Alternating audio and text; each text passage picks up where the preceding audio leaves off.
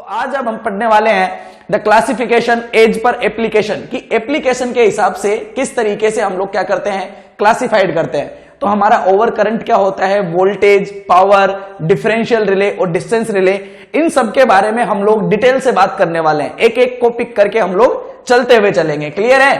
तो इन सब के क्लासिफिकेशन समझे हम, उससे पहले आप थोड़ी सी चीजों को समझना शुरू करो और देखो इन चीजों को ध्यान से देखना।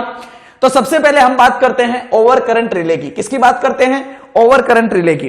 तो सर ये ओवर करंट रिले क्या होता है, ओवर वोल्टेज रिले क्या होता है, इनको हम किस तरीके से पढ़ेंगे?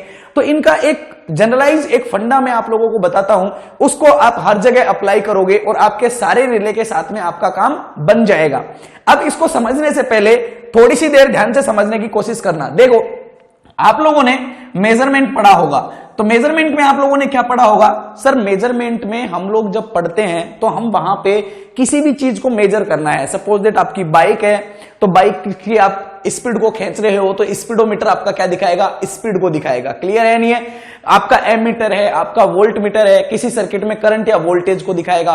तो क्या होता है, वो किस तरह का होता है? तो कुछ इस तरह का देखा होगा आप लोगों ने, इस तरह का होता है एमीटर, वोल्ट मीटर वगैरह, होता है नहीं होता है?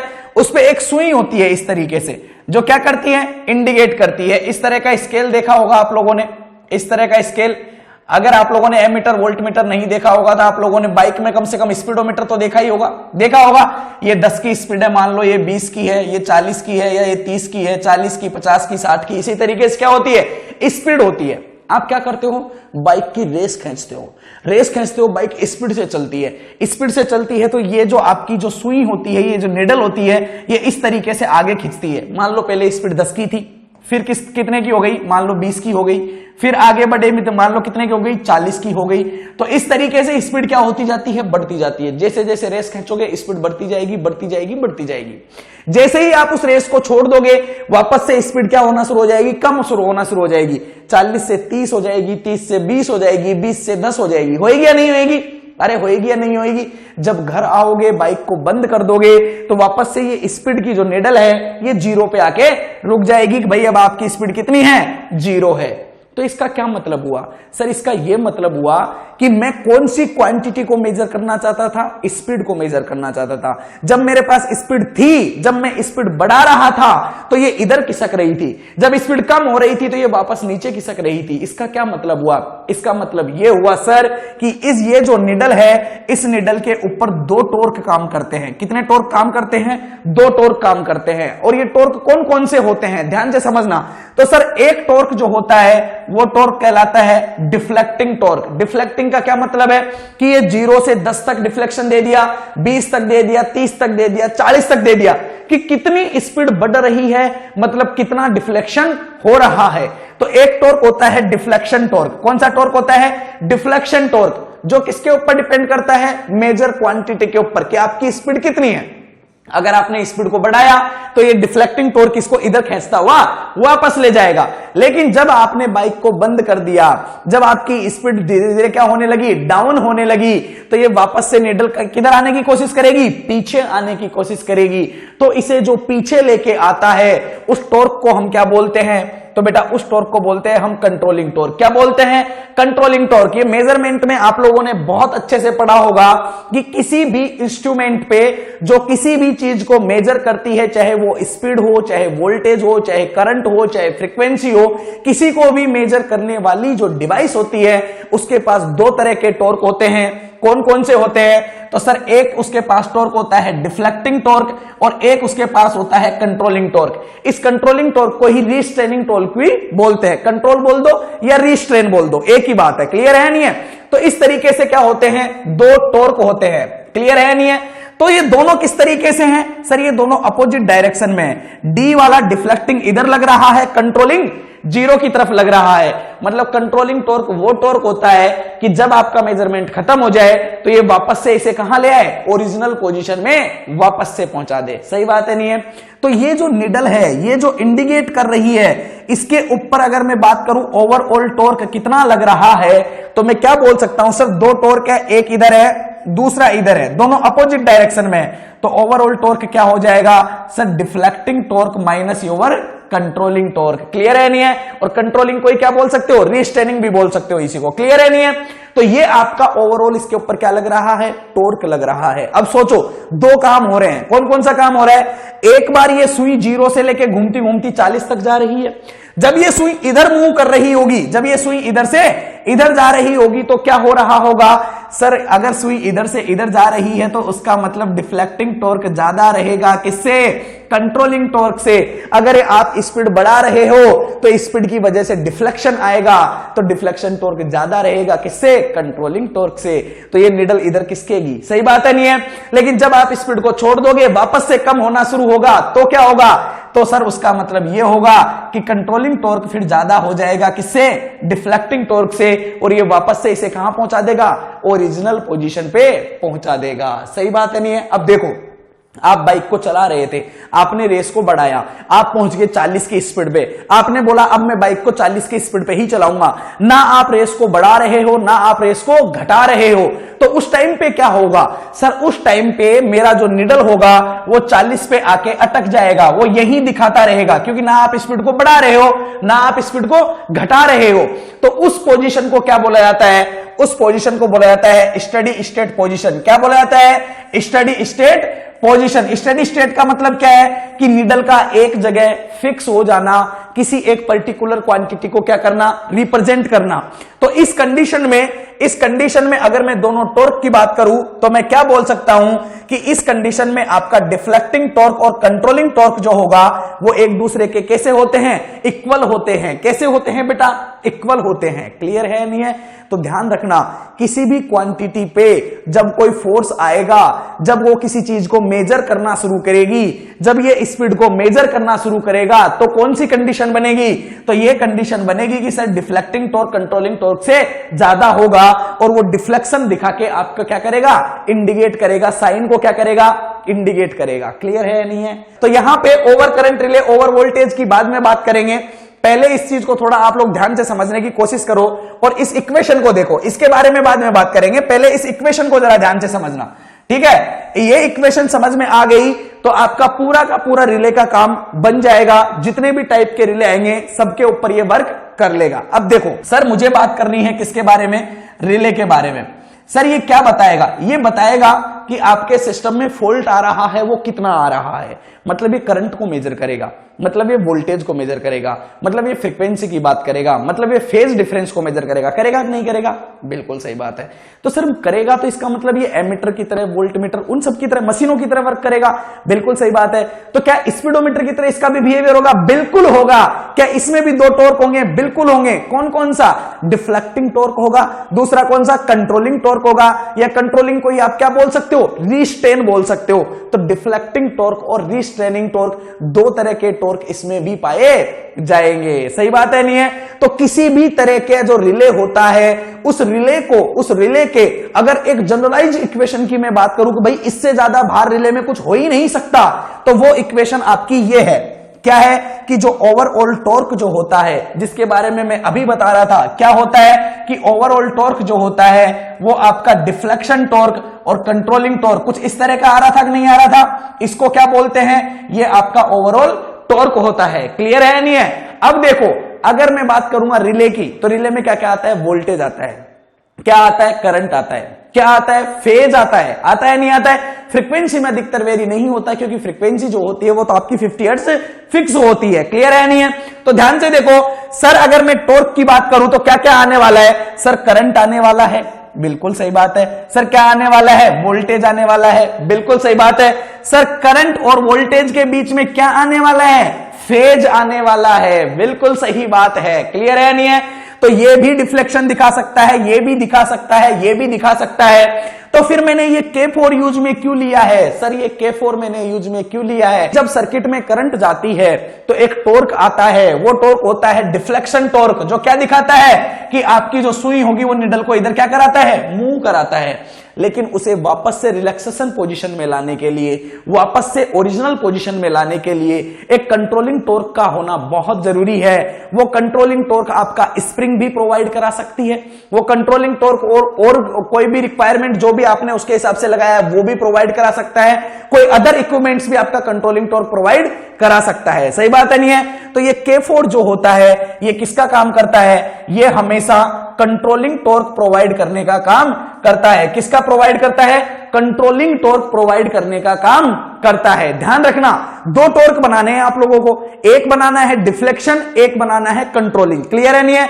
अगर आपको डिफ्लेक्शन और कंट्रोलिंग दोनों अगर इन तीनों में से मिल जाता है तो स्प्रिंग के पास जाने की जरूरत नहीं है। क्लियर है? लेकिन डिफ्लेक्शन किसी एक ने दे दिया और कंट्रोल देने वाला और कोई बचा ही नहीं है, तो फिर कंट्रोलिंग कौन देगा? ये स्प्रिंग देगी। कौन देगा? ये स्प्रिंग देगी। तो देखो यहां पे चार आपके पैरामीटर है। क्या क्या है? एक है आपका करंट, फिर वोल्टेज, फिर फेज, और फिर क्या है आपकी स्प्रिंग है।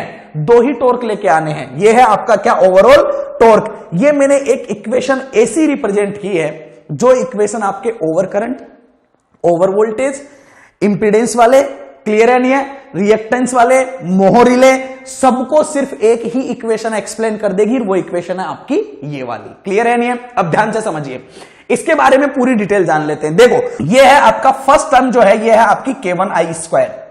ठीक है सर, यहां पे क्या आ रही है? करंट आ रही है। मतलब जब मैं करंट की बात करूंगा तो मैं इस टर्म की बात करूंगा। बिल्कुल सही है।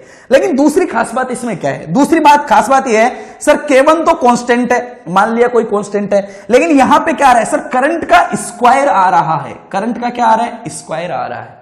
सर करंट का स्क्वायर आ रहा है मतलब क्या हुआ? देख बेटा ध्यान से समझ। मैंने बोला ये एक बैटरी है, ठीक है, मैंने बोला ये एक रेजिस्टेंस है, ठीक है, मैंने बोला इस बैटरी का वोल्टेज है 10 वोल्ट और ये रेजिस्टेंस है तुम्हारा कितना? 5 ओम का। तो बताइए इसमें करंट कितनी होगी? और करंट का साइन मैंने इस तरीके से लगा के आपको दे दिया। आप क्या बोलोगे? सर ये तो मुझे पता है कि इसमें करंट का फ्लो होगा और करंट जो होगी वो मेरी 10/5 मतलब कितनी होगी? 2 एम्पियर के बराबर होगी। लेकिन सर ये करंट जो होगी ना, ये सर सोर्स से लोड की तरफ जाएगी, ऐसे फ्लो होगी। सही बात है, लेकिन सर्किट में उसने साइन कैसे लगा रखा है? आपको ऐसे लगा के दे रखा है। तो इसका मतलब इस आई की वैल्यू कितनी हो जाएगी? क्या 2 रहेगी क्या? नहीं सर, डायरेक्शन चेंज कर दी। मतलब आंसर कितना होगा सर? -2 रहेगा। कितना रहेगा बेटा? -2 रहेगा। मतलब +2 और -2 का सिर्फ ये मतलब है डायरेक्शन।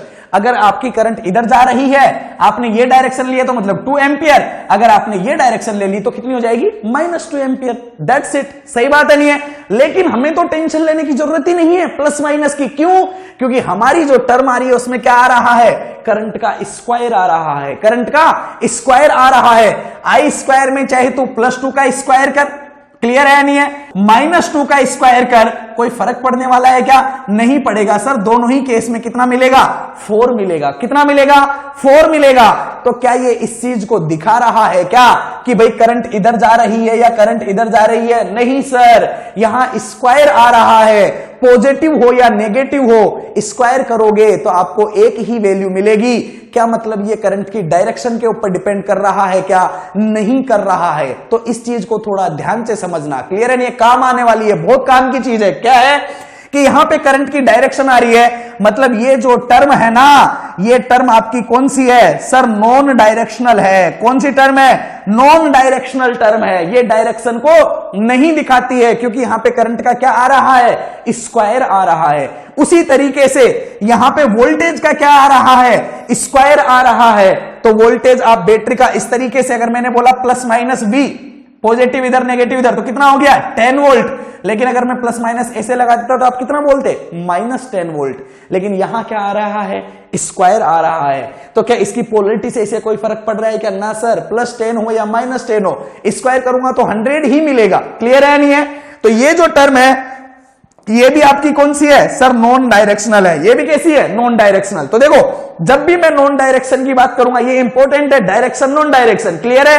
तो ये वाली टर्म नॉन डायरेक्शनल है, ये वाली टर्म भी नॉन डायरेक्शनल है। लेकिन अगर मैं इस वाली टर्म की बात करूं तो इसमें क्या आ रहा है सर? इसमें वोल्टेज और करंट का क्या आ रहा है? मल्टीप्लिकेशन आ रहा है। दोनों का क्या आ रहा है? मल्टीप्लिकेशन आ रहा है। मतलब क्या क्या हो सकता है सर? 4 केस बन सकते हैं। हो सकता है मेरा वोल्टेज पॉजिटिव हो और करंट भी कैसी हो? पॉजिटिव हो।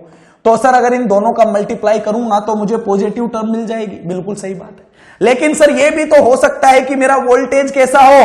पॉजिटिव हो, लेकिन करंट कैसी हो जाए, नेगेटिव हो जाए, तो फिर मल्टीप्लिकेशन करूंगा तो मुझे कैसा मिलेगा, नेगेटिव मिलेगा। मतलब ये जो टर्म है ना, इसकी वैल्यू आपको पॉजिटिव भी मिल सकती है, नेगेटिव भी मिल सकती है। पॉजिटिव और नेगेटिव का क्या मतलब हुआ, अभी मैंने बताया था। पॉजिटिव नेगेटिव मतलब, पॉजिटिव नेगेटिव का मतलब किससे है, डायरेक्शन से है। किससे है, डायरेक्शन से है। मतलब ये वाली जो टर्म होती है ना, ये किसको रिप्रेजेंट करती है, डायरेक्शन को रिप्रेजेंट करती है। मतलब ये डायरेक्शनल होगा। जिस भी रिले में ये वाली टर्म यूज में होगी उसको हम बोलेंगे डायरेक्शनल रिले। कौन सा रिले, डायरेक्शनल रिले। और जिसमें हमारा ये दोनों टर्म यूज होगी उनको हम क्या बोलेंगे, नॉन डायरेक्शनल रिले। क्या बोलेंगे, नॉन डायरेक्शनल रिले। क्लियर है या नहीं है, कंफ्यूजन दूर है। अब ये K4 है, ये तो सर स्प्रिंग है, ये तो सर स्प्रिंग है। ये तो मैंने सर अपनी सेफ्टी के हिसाब से लगा रखा है कि जब कोई भी कंट्रोल प्रोवाइड नहीं करेगा तो कंट्रोल कौन प्रोवाइड करेगा, मेरी स्प्रिंग प्रोवाइड करेगी। क्लियर है नहीं है, तो ये तो मैंने अपनी सेफ्टी के हिसाब से लगा रखा है। सही बात है कि नहीं है। यहां पे दो चीजें हैं, एक है आपकी करंट वाली टर्म, एक है आपकी वोल्टेज वाली टर्म। जो लाइन है मैं बोलता जा रहा हूं, सबको ध्यान से सुनना। तो ये तो समझ में आ गया कि ये दोनों कौन सी होती है, नॉन डायरेक्शनल। ये कैसी होती है, ये वाली टर्म डायरेक्शनल, और ये तो स्प्रिंग हो ही गया आपका। क्लियर है। अब और चीज को ध्यान से समझिए, मेरे पास दो टॉर्क होते हैं, एक होता है डिफ्लेक्टिंग, एक होता है कंट्रोलिंग। अब पता है खास बात आपको क्या याद रखनी है, खास बात आपको ये और याद रखनी है कि ये जो करंट वाली टर्म होती है, ये टोटल टॉर्क है। ये सब टर्म जो है किसको दिखा रही है, टॉर्क को दिखा रही है। ये सारी टर्म किसको दिखा रही है, टॉर्क को दिखा रही है। तो इन चारों में से कोई एक डिफ्लेक्शन टॉर्क बनेगा, कोई एक कंट्रोलिंग टॉर्क बनेगा, बाकी दो कैसे रहेंगे, जीरो रहेंगे। क्लियर है नहीं है। और ये कौन डिफ्लेक्शन बनेगा, कौन कंट्रोलिंग बनेगा, तो ये अलग अलग रिले के लिए अलग अलग होते जाएंगे। जैसे मान लो किसी पर्टिकुलर रिले में मान लो ये डिफ्लेक्शन को दिखा रहा है, क्लियर है, और ये किसको दिखा रहा है, कंट्रोलिंग को दिखा रहा है, तो उसमें ये वाली टर्म और ये वाली टर्म जीरो रहेगी। क्लियर है। मान लो किसी रिले में ये डिफ्लेक्शन को दिखा रहा है, ये कंट्रोलिंग को दिखा रहा है, सही है, तो ये वाली टर्म और ये वाली टर्म क्या रहेगी, जीरो रहेगी। सही बात है नहीं है। तो बड़ा सिंपल है, टोटल टॉर्क जो होने वाला है वो तो आपका डिफ्लेक्शन माइनस कंट्रोलिंग ही होने वाला है। सबके क्लियर है, बिल्कुल क्लियर है। तो ये बेटा जो पहली टर्म होती है, करंट वाली टर्म होती है, ये हमेशा, ये याद रखना, हमेशा माइंड में फिट रखना। इसको समझ गए, सब समझ गए, मैं बोल रहा हूं ये क्या रखना है, ये सर डिफ्लेक्शन को दिखाएगी। किसको दिखाएगी बेटा, डिफ्लेक्शन को दिखाएगी। कभी भी कि ये करंट वाली टर्म आ जाए तो डिफ्लेक्शन को कौन दिखाएगा, यही दिखाएगा। इसका फिक्स है कि ये हमेशा किसको दिखाएगा, डिफ्लेक्शन को दिखाएगा। ये वोल्टेज वाली टर्म जो होती है ये हमेशा किसको दिखाती है, कंट्रोल को दिखाती है। किसको, कंट्रोलिंग टॉर्क को दिखाती है, या क्या बोल सकते हो, रीस्ट्रेन को दिखाती है। किसको दिखाती है, रीस्ट्रेन। रीस्ट्रेनिंग टॉर्क या कंट्रोलिंग टॉर्क एक ही बात है। क्लियर है नहीं है। तो ये टर्म हमेशा किसको दिखाएगी, डिफ्लेक्शन को दिखाएगी। ये टर्म हमेशा आपके कंट्रोल या रीस्ट्रेन को दिखाएगी। लेकिन खास बात यह है कि बेटा ये वाली जो टर्म होती है ना, जो डायरेक्शनल वाली टर्म होती है, ये दोनों को दिखा देती है। ये आपके डिफ्लेक्शन को भी दिखा सकती है, ये आपके टी ऑफ डी को भी दिखा सकती है, एंड ये आपके टी ऑफ सी को भी दिखा सकती है। इसका क्या मतलब हुआ, इसका मतलब ये हुआ कि अगर ये वाली टर्म इस वाली टर्म के साथ में आ गई, अगर ये वाली टर्म इस वाली टर्म के साथ में आ गई, तो इसका तो फिक्स है कि ये डिफ्लेक्शन दिखाएगा, तो फिर ये क्या दिखाएगा, ये कंट्रोल को दिखा देगा। सही बात है नहीं है। लेकिन अगर ये वाली टर्म इस वाली के साथ आ गई तो ये किसको दिखाएगा, सर ये तो कंट्रोल या रीस्ट्रेन को दिखाएगा, तो फिर ये किसको दिखाएगा, सर ये दिखाएगा डिफ्लेक्शन को। सही बात है नहीं है। तो ये डिफ्लेक्शन को दिखाएगा या कंट्रोल को दिखाएगा, ये इस चीज के ऊपर डिपेंड करेगा कि ये किसके साथ में आ रहा है। क्लियर है नहीं है। ये इसके ऊपर डिपेंड करेगा कि ये किसके साथ में आ रहा है। क्लियर है नहीं है। और स्प्रिंग जो होता है ये तो हमेशा कंट्रोल या आपका क्या दिखाता है, रीस्ट्रेन दिखाता है। सही बात है नहीं है। अगर ये वाली टर्म किसके साथ आ जाती है, इसके साथ में आ जाती है, तो ये तो हमेशा किसको दिखाएगा, सर रीस्ट्रेन को दिखाएगा। किसको दिखाएगा बेटा, रीस्ट्रेन को दिखाएगा। तो फिर ये किसको दिखाएगा, सर ये जो होगा ये किसको दिखाएगा, डिफ्लेक्शन को दिखाएगा। किसको दिखाएगा, डिफ्लेक्शन को दिखाएगा। ये इक्वेशन बार बार यूज में होगी तो आप लोगों के माइंड में सारी बातें क्लियर हो जाएगी। Don't worry. क्लियर है। सर ओवर करंट रिले क्या होता है, अरे बेटा ओवर करंट मतलब करंट ज्यादा हो गई। भाई रिले को तुमने क्या कर रखा था, एक वैल्यू फिक्स कर रखी है जिसको हम बोलते हैं पिकअप वैल्यू। उस पिकअप वैल्यू से अगर करंट की वैल्यू ज्यादा हो जाती है तो इसका मतलब तुम्हारे रिले में क्या आ गया, रिले ने सेंस कर लिया कि क्या आ गया है, फॉल्ट आ गया है। क्लियर है नहीं है? वो सिग्नल भेज देगा, सर्किट ब्रेकर ऑपरेट कर देगा। सही बात है। तो ऐसा रिले जो करंट के मैग्नीट्यूड के ऊपर डिपेंडेंट होता है, करंट की वैल्यू बढ़ जाने पे तुरंत वर्क कर देता है, उसको हम क्या बोलते हैं? Over current relay. तो नाम से ही क्लियर है, करंट नाम से ही क्लियर है। क्या? करंट। तो ये किसके ऊपर वर्क करेगा? सिर्फ और सिर्फ करंट के ऊपर। मतलब इसमें डिफ्लेक्शन कौन दिखाएगा? सिर्फ और सिर्फ करंट दिखाएगा। सही बात है कि नहीं है? बिल्कुल क्लियर है। तो देखो, it's operate when the fault current is higher than the pickup current. Clear है नहीं है? और पिकअप करंट क्या होती थी कि वो करंट जिससे ज्यादा वैल्यू हो जाने पर आपका रिले ऑपरेट करना शुरू कर देता है। सही बात है नहीं है? तो फॉल्ट करंट अगर इससे ज्यादा हो गई तो वो ऑपरेट करना शुरू कर देगा। मैंने बोला ओवर वोल्टेज, तो ओवर वोल्टेज का क्या हो जाएगा कि वो वाला अगर आपका वोल्टेज की वैल्यू अगर आपके पिकअप वोल्टेज से क्या हो जाए? ज्यादा हो जाए, तो वो क्या हो जाएगा? ओवर वोल्टेज हो जाएगा। मतलब ओवर वोल्टेज और ओवर करंट है ना, वो दोनों एक जैसे ही है। क्लियर है कि नहीं है? आगे चले देखो जरा ध्यान से। मतलब इसका होने के लिए क्या होना चाहिए कि फॉल्ट करंट की वैल्यू जो होनी चाहिए वो पिकअप करंट से क्या होनी चाहिए? ज्यादा होनी चाहिए। क्लियर है नहीं है? कैसी होनी चाहिए? ज्यादा होनी चाहिए। ये आपकी जनरल टॉर्क इक्वेशन थी, इसके बारे में हम बात कर चुके हैं। अब देखो, ओवर करंट को टॉर्क इक्वेशन से समझने की कोशिश करो, सारी बातें तुरंत समझ में आ जाएगी। किस तरीके से? देखो, नाम क्या है सर? Over current. क्या वर्ड है? करंट। नाम से सब कुछ क्लियर हो जाएगा, नाम से सब कुछ क्लियर हो जाएगा। क्या वर्ड है सर? करंट। इसमें करंट कौन दिखा रहा है? जो सिर्फ करंट को दिखा रहा हो। कौन है सर? ये वाला है ना, ये सिर्फ करंट को दिखा रहा है, क्योंकि इसमें तो करंट और वोल्टेज दोनों आ गया। सही बात है। तो इसमें ये क्वांटिटी है जो किसको दिखा रही है? करंट को दिखा रही है। ओवर करंट का काम कर सकता है। ये वोल्टेज के बारे में बात कर रहा है क्या? नहीं। ये वोल्टेज करंट के बारे में बात कर रहा है कि नहीं? ये सिर्फ करंट के बारे में बात कर रहा है। ठीक है। तो ये वाली टर्म जो दिखाती है वो किसको दिखाती है सर? ये दिखाती है डिफ्लेक्शन को। किसको दिखाती है? डिफ्लेक्शन को। लेकिन सर वर्क करने के लिए मुझे दो टॉर्क की जरूरत पड़ती है। कौन कौन से की? एक जरूरत पड़ती है सर मुझे डिफ्लेक्शन की, और दूसरे की जरूरत पड़ती है सर मुझे कंट्रोलिंग की, या बोल सकते हो दूसरा कौन सा? रीस्ट्रेनिंग टॉर्क। सही बात है कि नहीं है? बिल्कुल सही है। तो सर डिफ्लेक्शन किसने दिखा दिया? सर डिफ्लेक्शन तो ये वाली टर्म दिखा रही है, करंट वाली। चलो ठीक है, तो ये तो डिफ्लेक्शन तो दिखा दिया भाई किसने? K1I² ने। क्लियर है? तो फिर कंट्रोलिंग कौन दिखाएगा? तो फिर कंट्रोलिंग या रीस्ट्रेनिंग कौन दिखाएगा? क्या ये वाली टर्म दिखाएगी क्या? नहीं सर, वो वोल्टेज की बात नहीं कर रहा। ठीक है। क्या ये वाली दिखाएगी क्या? नहीं सर, वो फेज की बात नहीं कर रहा। चलो ठीक है। तो फिर कौन दिखाएगा? अरे जब ये नहीं दिखा रहा तो किसको दिखाना पड़ेगा? सर स्प्रिंग दिखाएगा। कौन दिखाएगा? स्प्रिंग दिखाएगा। मतलब इसमें कंट्रोलिंग टॉर्क कौन रिप्रेजेंट करेगा? ये K4 रिप्रेजेंट करेगा। कौन रिप्रेजेंट करेगा? ये K4 स्प्रिंग वाला डिपेंड करेगा। स्प्रिंग वाला जो है वो आपको क्या दिखाएगा? कंट्रोलिंग टॉर्क दिखाएगा। मतलब सर ओवर करंट रिले के लिए ये वाली टर्म और ये वाली टर्म, ये दोनों क्या होती है? जीरो होती है।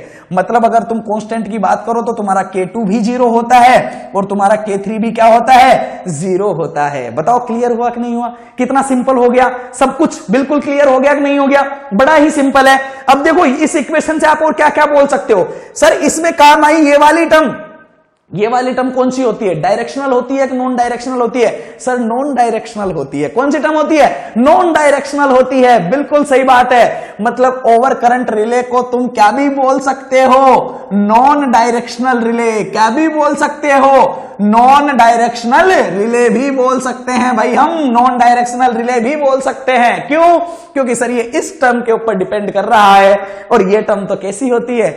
नॉन डायरेक्शनल होती है। सर डायरेक्शन से इसका कोई भी लेना देना नहीं है, बिल्कुल नहीं है। ओके सर, मुझे दो टर्म मिले। कौन कौन सा टर्म मिला? अब समझो बेटा। सर इतना मैं पढ़ चुका हूं कि मुझे डिफ्लेक्टिंग टॉर्क जिस इंसान ने दिखाया वो आपका K1I² था। ठीक है सर, मुझे कंट्रोलिंग टॉर्क या बोल सकते हैं सर मुझे रीस्ट्रेनिंग टॉर्क जिसने दिखाया वो आपकी स्प्रिंग थी। ठीक है सर, बाकी मेरा K2 वोल्टेज वाला जो था वो भी जीरो होता है इसके लिए, और K3 होता है वो भी मेरा क्या हो गया? जीरो हो गया। क्या हो गया? जीरो हो गया। तो सर अगर मैं बात करूं कि ओवरऑल टॉर्क कितना हुआ, बिल्कुल सही बात है, बात कर क्यों नहीं बात करेगा कि सर ओवरऑल टॉर्क कितना हुआ? तो ओवरऑल टॉर्क क्या होता है? सर ओवरऑल टॉर्क मेरा होता है deflecting torque minus controlling torque. एक सेंसिंग डिवाइस में ओवरऑल टॉर्क यही होता है, बिल्कुल होता है। तो सर मेरा कंट्रोलिंग टॉर्क यहां पे कितना है बेटा? कंट्रोलिंग टॉर्क तेरा ये रहा K1I², और कंट्रोलिंग टॉर्क कितना है? सर K4 है। कोई प्रॉब्लम है इसमें? नहीं है। अब फॉल्ट आया तो वो क्या दिखाएगा? डिफ्लेक्शन दिखाएगा। जैसे मैंने बाइक की बात की थी, तुम स्पीड को खींचोगे तो क्या आएगा? डिफ्लेक्शन आएगा। मतलब तुम्हारा डिफ्लेक्शन टॉर्क ज्यादा होना चाहिए। किससे? कंट्रोलिंग टॉर्क से। जब भी तो सुई किसकेगी आगे? 10 से 20 पे, 20 से 30 पे। कब जाएगी? जब डिफ्लेक्शन ज्यादा होगा। किससे? कंट्रोलिंग से। तो ये सिस्टम आपका रिले ऑपरेट करे। क्या करे? ये आपका ऑपरेट करे। तो ऑपरेट करने के लिए जो आपका ऑपरेटिंग टॉर्क होना चाहिए वो आपका हमेशा 0 से क्या होना चाहिए? बड़ा होना चाहिए। हमेशा 0 से क्या होना चाहिए? बड़ा होना चाहिए। 0 से बड़ा होने का क्या मतलब है? कि डिफ्लेक्टिंग टॉर्क बड़ा होना चाहिए। किससे? कंट्रोलिंग टॉर्क से। होना चाहिए कि नहीं होना चाहिए? बिल्कुल सही बात है सर। तो मैं क्या बोल रहा हूं, जरा ध्यान से समझो कि सर मेरा जो डिफ्लेक्टिंग टॉर्क है वो ज्यादा होना चाहिए। किससे? कंट्रोलिंग टॉर्क से। क्या ऐसा होगा जब ही ऑपरेट करेगा कि नहीं करेगा? जब ही नीडल खिसकेगी कि नहीं खिसकेगी? बिल्कुल सही बात है। तो सर इसमें डिफ्लेक्टिंग टॉर्क ज्यादा होना चाहिए, तभी तो वो सेंस कर पाएगा। बिल्कुल सही बात है। तो यहां पे मेरा डिफ्लेक्टिंग टॉर्क कितना है?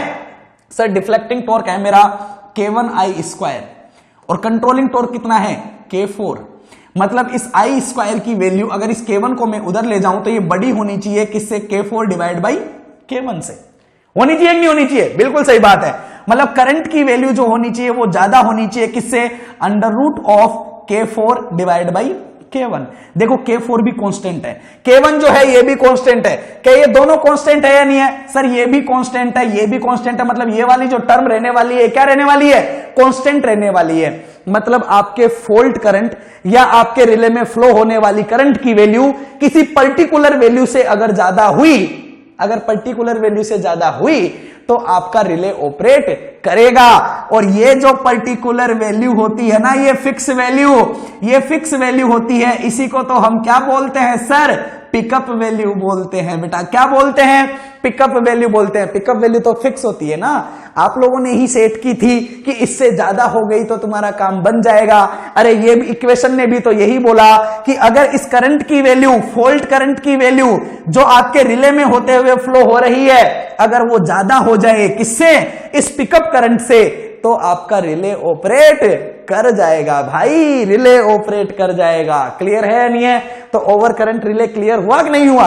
बिल्कुल सही बात है। और इसको दूसरा नाम आप क्या दे सकते हो? तो इसको पूरा दूसरा नाम हम दे सकते हैं नॉन डायरेक्शनल रिले। क्या बोल सकते हैं? नॉन डायरेक्शनल रिले, क्योंकि इसमें K1I² आ रहा है, जो कौन सी टर्म थी? नॉन डायरेक्शनल वाली टर्म थी। ये एक छोटा सा एग्जाम्पल है। क्लियर है? इस एग्जाम्पल को थोड़ा समझने की कोशिश करना। क्या बोल रहा है ये एग्जाम्पल? देखो ये एक जनरेटिंग स्टेशन है। क्लियर है? ये एक बस बार है, यहां से दो ट्रांसमिशन लाइन इस तरीके से कनेक्टेड है और ये इस तरीके से जाके किसी लोड को क्या कर रही है? प्रोवाइड कर रही है, पावर प्रोवाइड कर रही है। क्लियर है नहीं है? ओके। मैंने यहां पे 4 पॉइंट बनाए हैं, A, B, C और D। ये 4 आपके रिले लगे हुए हैं, सर्किट ब्रेकर लगे हुए हैं, ऐसा समझ लो प्रोटेक्टिंग डिवाइस है। क्लियर है? ओके। अब सपोज दैट आपके सिस्टम में क्या आ जाता है? फॉल्ट आ जाता है। मैंने क्वेश्चन क्या पूछा है कि why we use the directional relay at the load side. तो ये क्वेश्चन लेने का सिर्फ इतना सा रीजन है कि आपको डायरेक्शनल रिले और नॉन डायरेक्शनल रिले में फर्क समझ में आ जाएगा। देखो डायरेक्शनल रिले का क्या मतलब है? डायरेक्शनल रिले का मतलब ये है, एक तो होता है नॉन डायरेक्शनल, जिसको डायरेक्शन से कोई मतलब नहीं है। कोई मतलब नहीं है मतलब क्या हुआ? मान लो यहां पे आप लोगों ने क्या लगा दिया? एक प्रोटेक्टिंग डिवाइस लगा दिया, मान लो सर्किट ब्रेकर लगा दिया और क्या लगा दिया? एक रिले लगा दिया। क्लियर है? अब ये जो है ये समझ लो कौन सा है? नॉन डायरेक्शनल है। कौन सा है? नॉन डायरेक्शनल है। तो इसका मतलब क्या है? इसको डायरेक्शन से कोई फर्क नहीं है, चाहे आपकी करंट इधर से इधर फ्लो हो, चाहे आपकी करंट इधर से इधर फ्लो हो, इसके डायरेक्शन से कोई मतलब नहीं है।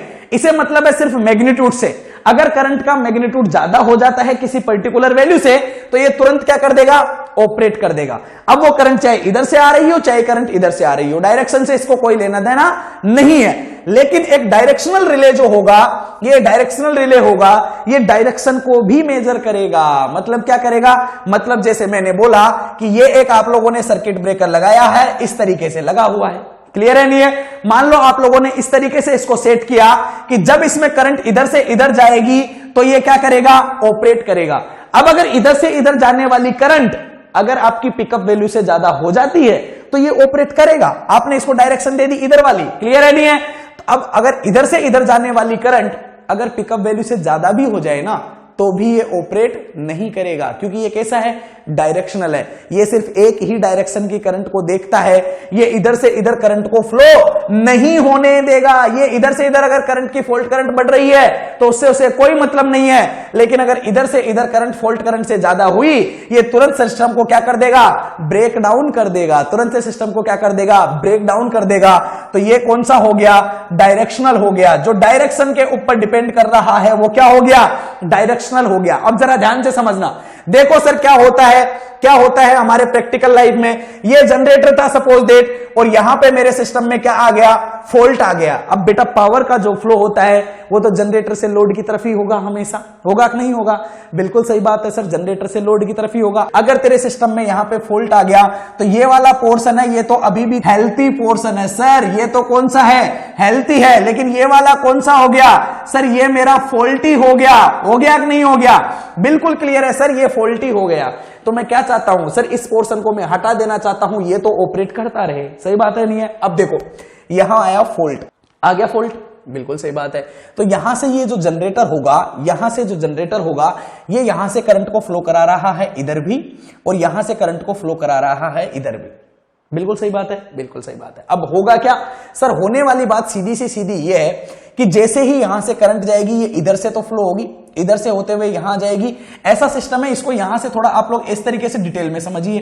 मान लो ये ऐसे इस तरीके से ये कनेक्टेड थी दोनों की दोनों, यहां पे ये इस तरीके से आपने 4 रिले लगा रखे हैं, ठीक है। एक का नाम ए है, एक ही आपका बी है, ये आपका सी दे रखा है, ये आपका डी दे रखा है। मान लो यहां पे फॉल्ट आया, ये तार टूट के जमीन पे गिर गया, ये तार आपका टूट के जमीन पे गिर गया यहां से, सही बात है नहीं है, ओके। इधर आपका क्या है, जनरेटर है, इधर आपका जनरेटर है। जब ये नॉर्मल पोजीशन में लगा हुआ होगा तो जनरेटर जो होगा वो लोड को सप्लाई प्रोवाइड कर रहा होगा। इधर से करंट जाएगी कुछ इस तरीके से, इधर से जाती हुई यूं जा रही होगी, और यहां से भी करंट इस तरीके से जाके इधर जा रही होगी, बराबर तरीके से चल रहा है, कोई प्रॉब्लम नहीं है। अचानक आपके सिस्टम में क्या आ गया, अचानक आपके सिस्टम में फॉल्ट आ गया। मान लो इस पॉइंट पे आपका क्या आ गया, फॉल्ट आ गया। अब फॉल्ट आ गया, ये वायर टूट के कहां गिर गया, जमीन पे गिर गया, जमीन पे गिर गया। तो ये चारों तरफ से क्या खींचेगा, पावर खींचेगा। अब देखो दो केस हो सकते हैं, क्या केस हो सकते हैं, जब ये इधर से पावर खींचेगा तो इधर से जनरेटर तो सप्लायर है, तो ये इस जनरेटर से सप्लाई लेगा, इस तरीके से पावर को बुलाएगा अपनी तरफ, सही बात है कि नहीं है, बिल्कुल सही बात है। दूसरा, यहां से जाने वाली करंट यहां लोड के पास जाएगी, इस बस बार के पास जाएगी। अब इस बस बार पे दो चीजें कनेक्टेड है, एक यहां पे कनेक्टेड है लोड, और दूसरा ये जब वायर टूट के गिर गया जमीन पे। अब आपको पता है कि करंट हमेशा लो रेजिस्टेंस वाले पाथ को चूज करती है, जहां रेजिस्टेंस मिनिमम हो वहां फटाक से फ्लो हो जाती है, होती है कि नहीं होती है, बिल्कुल सही है। तो ये करंट जो यहां से जा रही होगी, जब इसे वायर ये टूटा हुआ जमीन पे दिखेगा तो ये इधर जाने की बजाय यहां से किधर आ जाएगी, इधर आ जाएगी, आएगी कि नहीं आएगी। तो क्या ये लोड के पास पहुंचेगी, क्या नहीं पहुंचेगी। मतलब वायर टूटा ये, वायर टूटा ये तो आपका कैसा था, हेल्थी था, ये तो आपका कैसा था, हेल्थी था। लेकिन इसमें से भी इधर जाके करंट वापस से इधर आके कहां पहुंच गई, नीचे पहुंच गई। अब देखो इस रिले की कंडीशन, जो ये सी लगा हुआ था, जब इसमें फॉल्ट नहीं था तो इस रिले में करंट जा रही थी ऐसे, जैसे ही यहां पे फॉल्ट आया इस रिले में करंट का फ्लो हो गया ऐसे, मतलब ये हेल्थी, इसमें फॉल्ट आया ये हेल्थी वाली को भी खा गया, सही बात है नहीं है। तो आप ही बताइए कि इस सिस्टम को मुझे प्रोटेक्ट करना है तो ये रिले जो सी होना चाहिए ये कैसा होना चाहिए, ये डायरेक्शनल होना चाहिए या नॉन डायरेक्शनल होना चाहिए, कैसा होना चाहिए सर, ये डायरेक्शनल होना चाहिए। कैसा होना चाहिए, डायरेक्शनल होना चाहिए कि सर ये इधर से इधर तो करंट को फ्लो करा दे, लेकिन ये इधर से इधर अपोजिट डायरेक्शन में करंट को फ्लो नहीं कराना चाहिए। अगर इधर से इधर करंट जाने लगे तो ये क्या करे, ऑपरेट करे और सिस्टम को क्या कर दे, ओपन कर दे। कैसा कर दे, ओपन कर दे। क्योंकि सर अगर ये डायरेक्शनल नहीं हुआ ना तो इधर से इधर करंट तो जा ही रही थी, जैसे ही फॉल्ट आएगा ये करंट इधर से इधर होते हुए भी फ्लो होना शुरू हो जाएगी, सही बात है। तो जो हेल्थी पार्ट बचा हुआ था उसकी करंट भी लोड तक नहीं पहुंच पाएगी और उसको भी ये वापस लेके खा जाएगा। खाएगा कि नहीं खाएगा, बिल्कुल सही बात है। तो ये कैसा होना चाहिए, नॉन डायरेक्शनल होना चाहिए। कौन सा होना चाहिए, नॉन डायरेक्ट, सॉरी ये कैसा होना चाहिए, डायरेक्शनल होना चाहिए। क्लियर है नहीं है, डायरेक्शन के ऊपर डिपेंड करना चाहिए कि इधर से इधर करंट को फ्लो नहीं कराना चाहिए। लेकिन सर इस डी की बात करूं, लेकिन सर इस ए की बात करूं, सर इन पे तो करंट हमेशा इधर ही है, पहले भी इधर ही जा रही थी, अब भी इधर ही जा रही है, क्योंकि ये यहां पे क्या है, जनरेटर है। सर जनरेटर तो हमेशा सप्लाई देगा, ये करंट इधर ही जाएगी, तो यहां डायरेक्शन से कोई मतलब नहीं है सर, यहां डायरेक्शन से कोई मतलब नहीं है। ये जो होना चाहिए ये होना चाहिए, इनको डायरेक्शन से कोई मतलब नहीं है। लेकिन सर इस बी को, इस सी को, इन दोनों को कैसा होना चाहिए, डायरेक्शनल होना चाहिए, ताकि कभी फॉल्ट आ जाए ना तो ये करंट इस तरीके से लूप नहीं बना पाए। सही बात है नहीं है? तो ये क्वेश्चन एग्जाम में भी पूछ लिया जाता है, आप लोगों के माइंड में भी क्लियर होना चाहिए कि प्रैक्टिकल लाइफ में डायरेक्शनल रिले जो होते हैं वो कौन सी साइड पे यूज होते हैं, वो लोड साइड पे यूज होते हैं या वो सोर्स साइड पे यूज होते हैं। तो पहली बात तो आप लोगों को ये क्लियर पता लग गया होगा कि वो कहां यूज होते हैं, लोड साइड पे यूज होते हैं। और क्यों यूज होते हैं तो उसका रीजन आपको तुरंत समझ में आ ही गया है, कोई प्रॉब्लम है ही नहीं। क्लियर है कि नहीं है? चले अब आगे देखो ध्यान से, तो आंसर भी यहां पे लिख रखा है कि the direction of the current is always flow from source to load. If fault occur then the fault current flow the low impedance path. That's why, उस वजह से क्या होना चाहिए कि यहां पे क्या यूज में लेना चाहिए, डायरेक्शनल रिले। जो मैंने बताया वही है कि अगर यहां पे फॉल्ट आ गया तो वो लोड के पास जाने की बजाय इधर से इधर फ्लो होना शुरू हो जाएगा, जो मैं बिल्कुल भी नहीं चाहता हूं। क्लियर है? तो इस क्वेश्चन को लेने का मतलब एक ही था कि आपको डायरेक्शनल और नॉन डायरेक्शनल के बारे में थोड़ा और भी समझ में आ जाए।